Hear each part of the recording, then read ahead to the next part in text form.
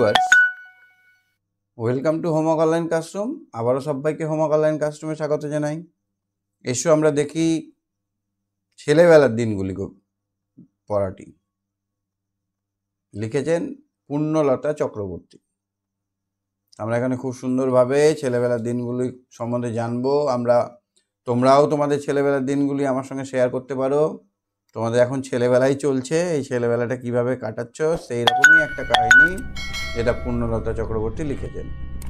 তো চলো আমরা দেখি সঙ্গে কে আছে তাদেরকে নিয়ে আমরা শুরু করব। যারা চ্যানেলে নতুন আছে চ্যানেলটা সাবস্ক্রাইব করে বেল আইকন বাজিয়ে রাখো। যারা ভাবছো আমার সঙ্গে লাইভ ক্লাস করবে তারা হোমওয়ার্ক অনলাইন ক্লাসরুম অ্যাপটা ডাউনলোড করে আমার সঙ্গে জুড়ে যাও। তো কে আছে দেখে নেবো। ফার্স্টে প্রথমে দেখছি সম্প্রীত আছে, শিবম আছে, অরিজিৎ আছে, অনিক আছে, রাকিব আছে, কৃত্তিকা আছে, তো বর্ষা আছে। সম্প্রীতকে আমি নিয়ে শুরু করছি। সম্প্রীত শুনতে পাচ্ছি আমার কথা? সম্প্রীত সম্প্রীত শোনা যাচ্ছে আমার কথা?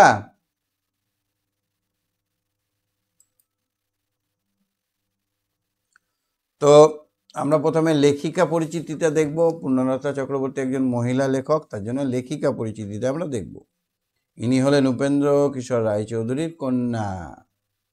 উপেন্দ্র কিশোর রায়চৌধুরীর কন্যা। তাহলে এর লেখা বিখ্যাত পত্রিকা হচ্ছে সন্দেশ পত্রিকা।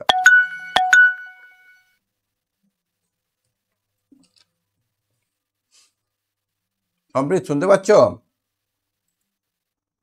শিবম শুনতে পাচ্ছ? শিবম শিবম শোনা যাচ্ছে আমার কথা?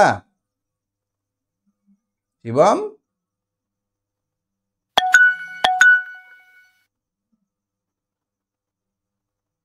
সম্প্রীত এবার শোনা যাচ্ছে? দেখো তো। হ্যাঁ স্যার।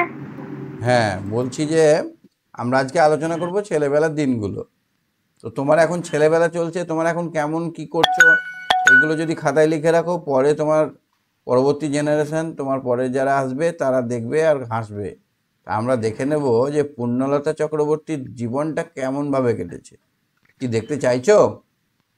হ্যাঁ স্যার। শুধু দেখলে হবে না, তোমার জীবনীটাও লিখতে হবে। তোমার ছেলেবেলাটা কেমন যাচ্ছে সেটাও লিখতে হবে। পারবে তো?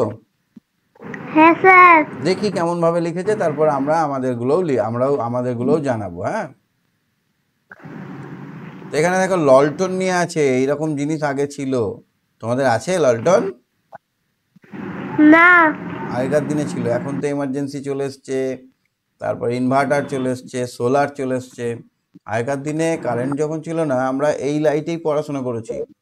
আমরা যখন পড়াশোনা করেছি এই লাইটেই পড়াশোনা করেছি। এর মধ্যে কেরোসিন দেওয়া থাকতো, এখানে একটা পোলতে থাকতো চ্যাপ্টা মতো, আর এখানে একটা কল থাকতো, কলটা ঘুরিয়ে কমা বাড়া করা যেত, আর এখান দিয়ে ধোঁয়া বেরোতো কালো কালো। এই ধোঁয়াতেই পড়াশোনা করেছি।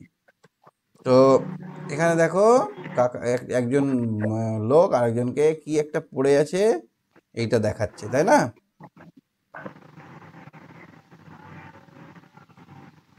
নতুন বাড়িটা জ্যাঠামশাই ও পিসিমার বাড়ির কাছেই ছিল। তাহলে নতুন বাড়িটা, নতুন একটা বাড়ি করেছে, বাড়িটার এইখানে জ্যাঠামশাইয়ের বাড়ি আর এখানে পিসিমার বাড়ি কাছেই, খুব একটা দূরে নয়, তাই না? হ্যাঁ স্যার। সুতরাং খেলার সাথীর অভাব হলো না। তাহলে এই বাড়িতে কিছু ছেলে মেয়ে, এই বাড়িতে কিছু ছেলে মেয়ে, আর এই বাড়িতে তিনটে বাড়ি মিলে ছেলে মেয়ে হলে খেলার কি কোনো সাথীর অভাব হবে? না, অনেক ছেলে মেয়ে হবে তিন বাড়ির। জেঠতুতো খুড়তুতো পিসতুতো ভাই বোনদের দল জুটে গেল, সবাই মিলে জেঠতুতো পিসতুতো খুড়তুতো ভাইয়ের দল জুটে গেল খেলাধুলা করার জন্য। কি করার জন্য? খেলাধুলা করার জন্য। ছাতের এক কোণে ঘোলাট জলের ট্যাঙ্ক থেকে গঙ্গা মাটি তুলে জমা করা ছিল। তাহলে এইখানে একটা ট্যাঙ্কি ছিল, এই ট্যাঙ্কির মধ্যে ঘোলা জল থাকতো। তো এইখান থেকে এতে মাটি জমে যেত তলায়। আমরা জলকে যদি রেখে দিই, একটা গ্লাসে কাদা জলকে রেখে দিই, তো তলায় মাটি জমে যাবে না? হ্যাঁ জমবে না? স্যার। হ্যাঁ। কিছুক্ষণ রেখে দিলে তলায় দেখবে থিতিয়ে পড়েছে মাটিগুলো। তো এইখানে ট্যাঙ্কির জলের ভেতরে মাটি জমতো, আর এই মাটিগুলোকে ছাদের এক কোনায় রেখে দিত বড়রা। তাই দিয়ে গোলাগুলি বানিয়ে ভীষণ যুদ্ধ শুরু হলো। এবার এই মাটিটাকে আমরা পুচকুরা নিয়েছি সবাই মিলে, ছোট ছোট ছোট ছোট গোল গোল করে গোলাগুলি গোলাগুলি মানে হচ্ছে বন্দুকের গোলাগুলি তৈরি হলো। এবার এইটা সবাই নিয়ে নিলাম। এইদিকে একজন আছে, এইদিকে একজন আছে, এই পটাত করে একে মারলো, একে মারলো, এই যুদ্ধ শুরু হয়ে গেল। কি হলো? যুদ্ধ শুরু হয়ে গেল। তাহলে কি নিয়ে যুদ্ধ শুরু হলো? হচ্ছে মাটির গোলাগুলি নিয়ে।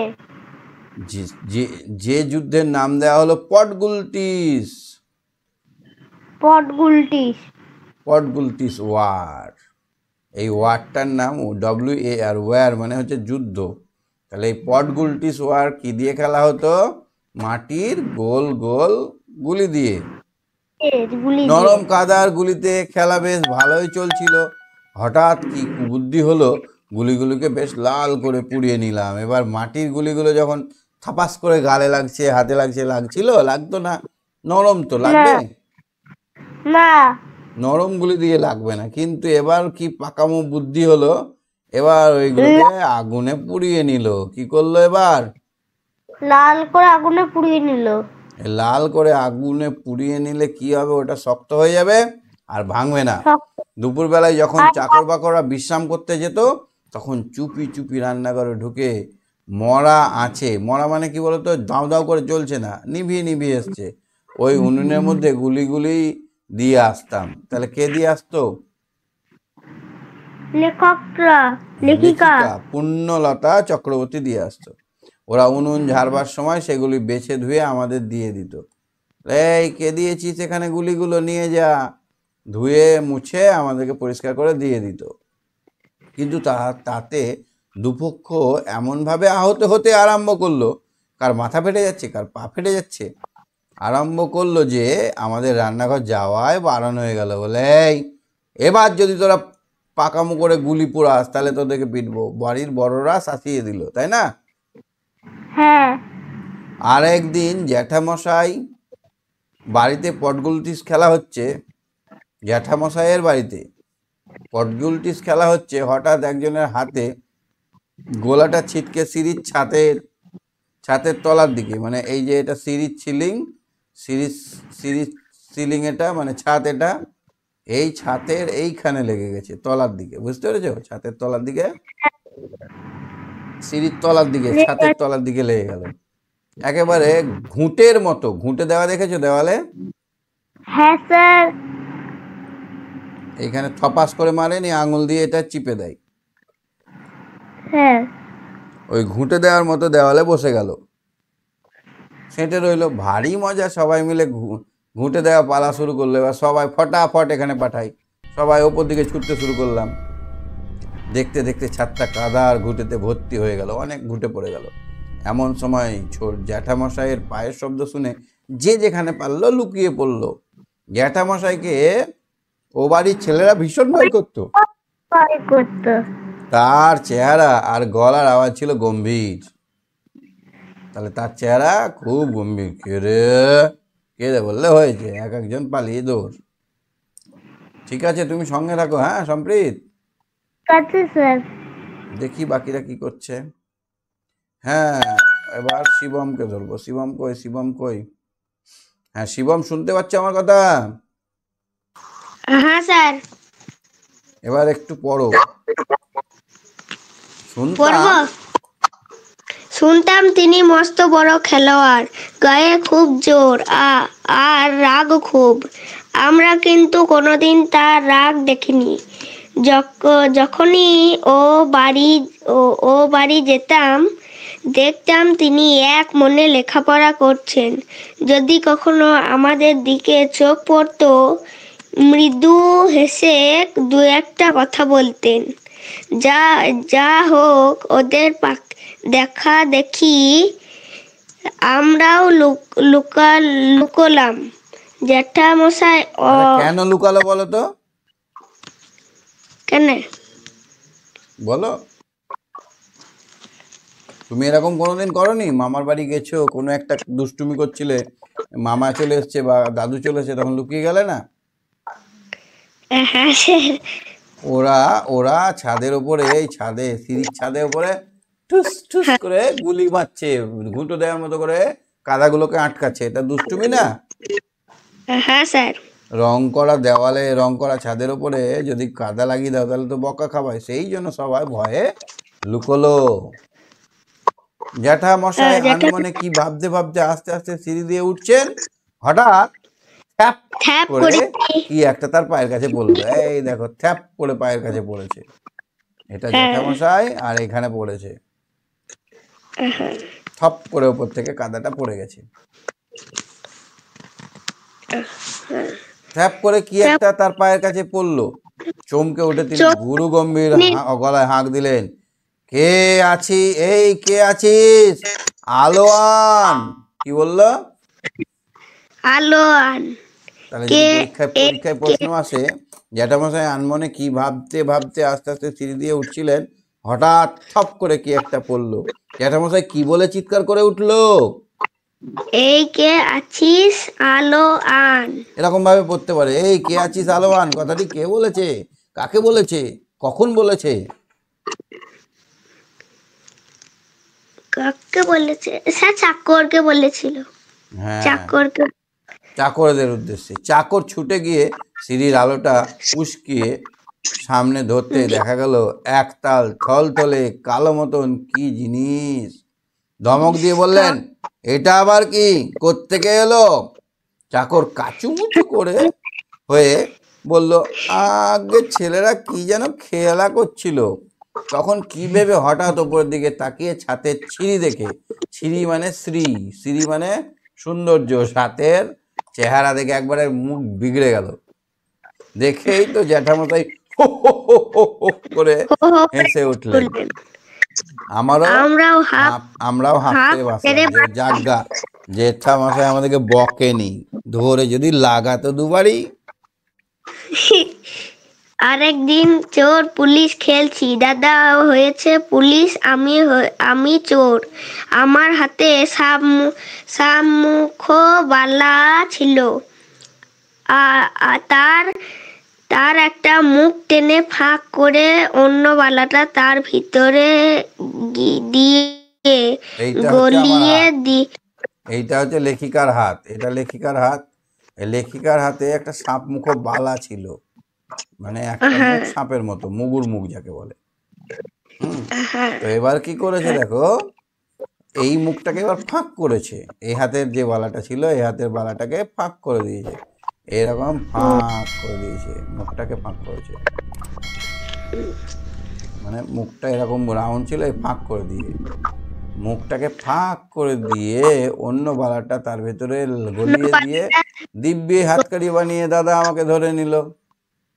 এবার বলে, এই শোন, এখানে ঢোকা, এই হাতটাকে এখানে দিয়ে এই বালার সঙ্গে ওই বালা, এই বালার সঙ্গে ওই বালা লাগিয়ে দিয়ে বললো, চল এবার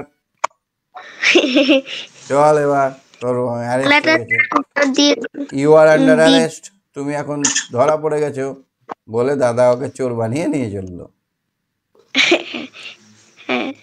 আমি যেই এক ঝটকায় হাত ছাড়াতে গিয়েছি, অমনি নতুন বালা ভেঙে 2-3 টুকরো হয়ে ছাতে ছড়িয়ে পড়লো। ছাতে গড়িয়ে পড়লো।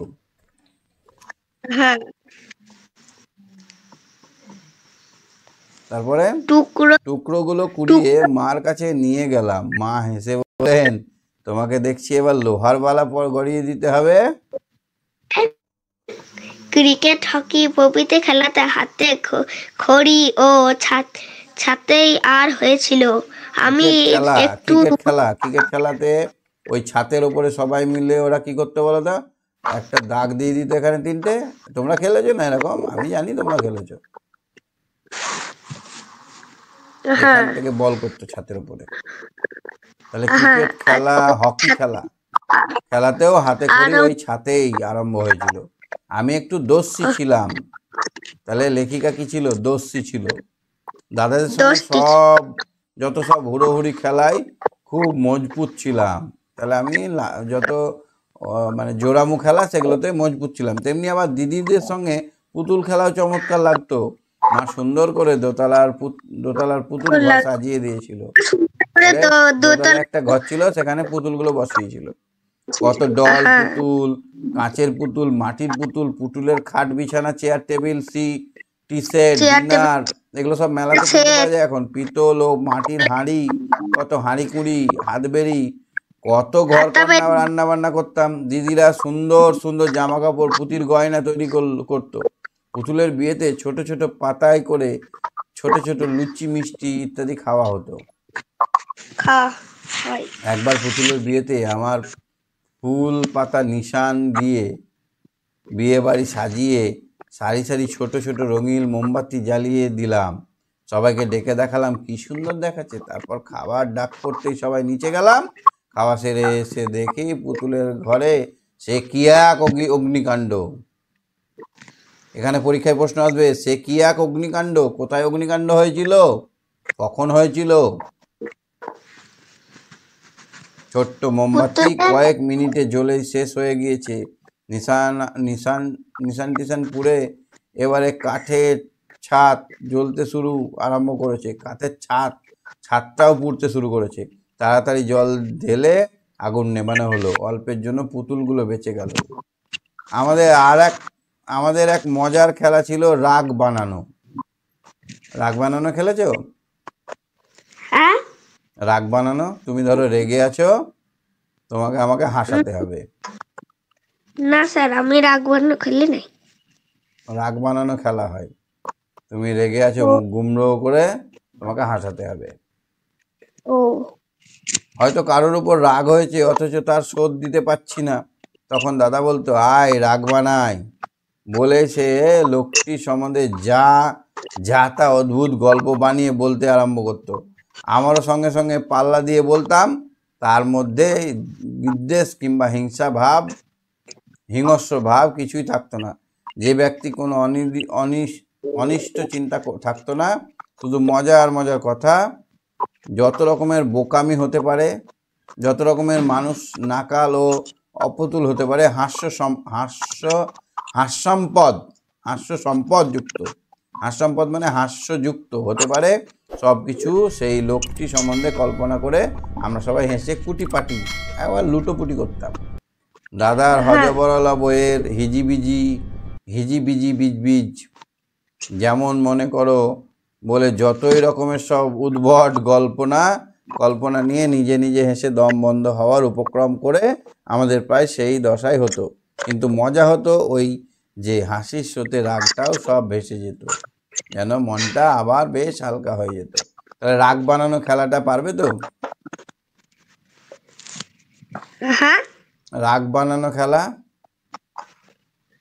হ্যাঁ স্যার। ধরো তোমার কোনো বন্ধু রেগে গেছে, তাকে এবার করছো, ও ফিট করে হেসে দিল, তাহলে এটা রাগ বানানো খেলা হলো। বুঝেছো? হ্যাঁ স্যার, বুঝতে পারলাম।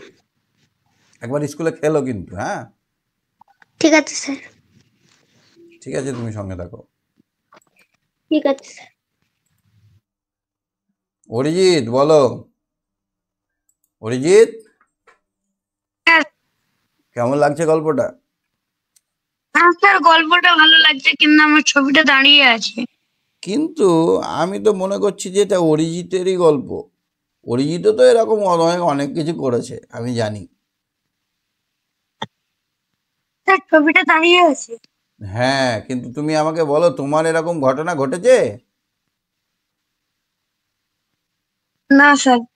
কিচ্ছু করো না তুমি? ছোটবেলায় কিছু দুষ্টুমি করো না?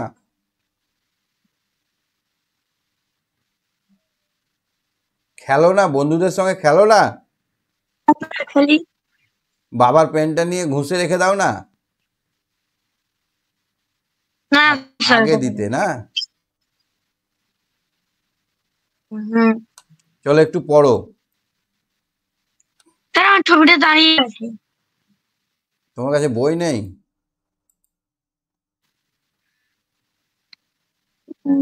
স্যার আছে।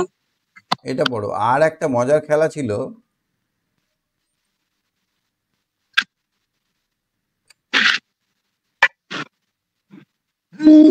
স্যার একটু দাঁড়ান।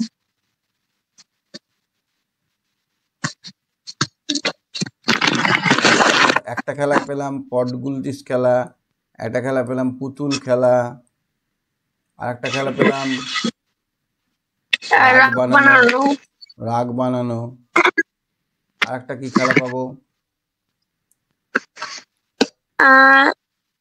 Cricket, hockey. কবিতায় গল্প বলা, ছড়া মানে বানিয়ে বানিয়ে কবিতায় গল্প বলা, মানে সবই ছন্দে বলতে হবে।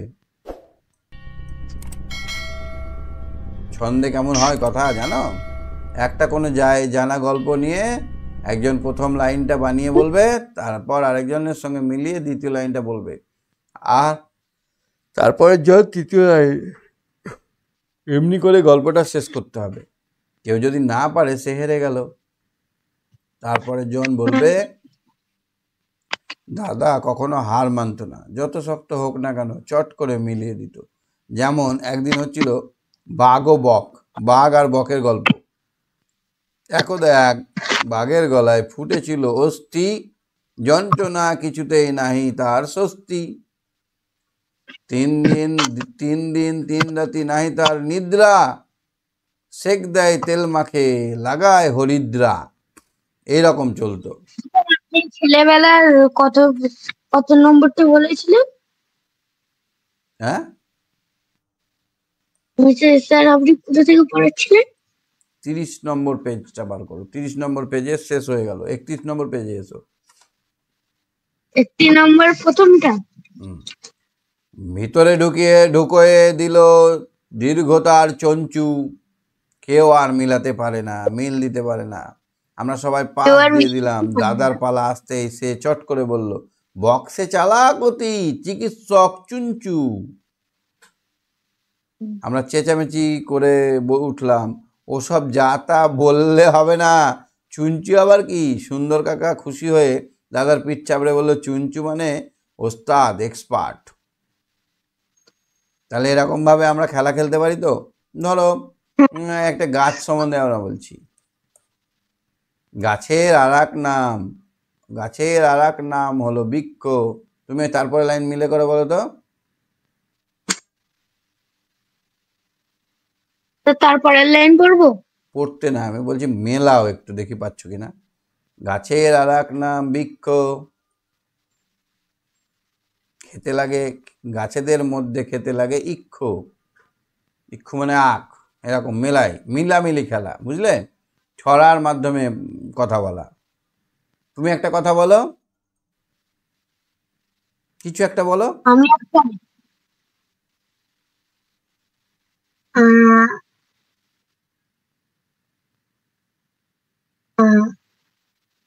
আকাশের আর এক নাম শূন্য। আকাশের আর এক নাম শূন্য। আমরা দেখি সদা আকাশ নীল নয় ভিন্ন। আমরা দেখি আকাশ নীল, সদা নীল নয় ভিন্ন। ভিন্ন মানে আলাদা। এরকম টাইপের খেলাটা, বুঝলে? ছোটবেলা থেকে দাদা কবিতা লিখতে আরম্ভ করেছিল। 8 বছর বয়সে তার প্রথম কবিতা নদী, আর 9 বছর বয়সে দ্বিতীয় কবিতা টিক টিক টং। টিক টিক টং। মুকুল পরীক্ষার ছাপা হয়েছিল। দাদা দেখা দেখি মুকুল পত্রিকায় ছাপা হয়েছিল। দাদার দেখা দেখি আমারও শখ হলো কবিতা লেখার। একটা খাতায় বেশ ফুল লতা পাতা এঁকে লুকিয়ে 2-1টা কবিতা লিখলাম। তারপর একটা গল্প লিখতে আরম্ভ করলাম। একদিন দুপুরে বসে গল্প লিখছি, বাবার কাছে একজন ভদ্রলোক দেখা করতে এলেন। তাকে বসিয়েই বাবাকে ডেকে দিলাম। বাবা এসে তার সঙ্গে খানিকক্ষণ গল্প সল্প করলেন। তারপর দুজনে একসঙ্গে কোথায় বেরিয়ে গেলেন। আমার খাতাটা টেবিলে ফেলে এসেছিলাম। ওরা চলে যেতেই তাড়াতাড়ি খাতাটা আনতে গিয়ে দেখি আমার সেই অর্ধেক লেখা গল্পটার পাতায় তারপর হলো কি বলে বাকি গল্পটা সেই ভদ্রলোক নিজেই লিখে শেষ করে রেখেছেন। তাহলে লোকটা কত ভালো না? অর্ধেক গল্পটা লিখেছেন, তারপরে ওই লোকটা অর্ধেক গল্পটা শেষ করেছেন। তিনি তখনকার একজন নামকরা লেখক নগেন্দ্রনাথ গুপ্ত। বড় হয়ে তার লেখা অনেক সুন্দর সুন্দর গল্প প্রবাসীতে পড়েছি। প্রবাসীতে মানে প্রবাসী একটা গল্প নাম। আমার খাতায় তার লেখাটা নিশ্চয়ই খুব ভালো হয়েছিল, কিন্তু তখন আমার মনে কি হয়েছিল জানো, মনে হলো আমার গল্পটা মাটি হয়ে গেল, মনের দুঃখে খাতাটা ছিঁড়েই ফেললাম। তাহলে খাতাটা কি করেছিল, ছিঁড়ে ফেলেছিল। ফেললো। হুম। বাবা যখন বাবা বিদেশে কোথাও যেতেন, মজার মজার ছবি আর পদ্যে আমাদের চিঠি লিখতেন। আমাদের পড়া হয়ে গেলে সেগুলি কত লোকের হাতে হাতে ঘুরতো। সেসব যদি সংগ্রহ করা থাকতো তাহলে তাই দিয়ে মজার একটা বই হতো। মানে কি বলতো, বাবা বাইরে গেলে বাবা চিঠি লিখে পাঠাতো। তাহলে ছেলেবেলায় আমরা কি কি খেলা খেললাম? আর স্যার ছেলেবেলায় আমরা ক্রিকেট, হকি, রাগ বানানো, তারপর হচ্ছে পট গুলটিস, পুতুল খেলা, তারপর দৌড়াদৌড়ি, পুতুল খেলা, কবিতায় গল্প, খেলাখেলি। কবিতায় গল্প। হুম, লেখিকা কেমন ছিল? শান্ত, ডানপিতে? হুম, আর শান্ত। না, লেখিকা ছিল একটু চঞ্চল, সবার সঙ্গে সব খেলাতেই পেরে উঠতো।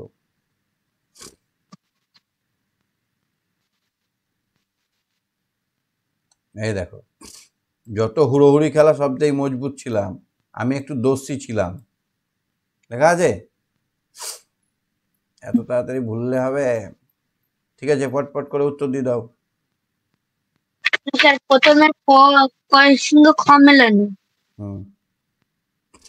উনান আগুন, পট গুলটিস খেলা, সিঁড়ি, আহ, সিঁড়ি, ঘুটে গোবর, লেখাপড়া বই। লেখাপড়া বই। তারপর ঠিক হচ্ছে আছে, তুমি সঙ্গে লেখাপড়া থাকো, হ্যাঁ, তুমি সঙ্গে থাকো, চার হ্যাঁ। দেখা বলি। ঠিক আছে। স্যার চারের দেখা বলি। না, আরো সবাইকে ধরি একটু করে, হ্যাঁ।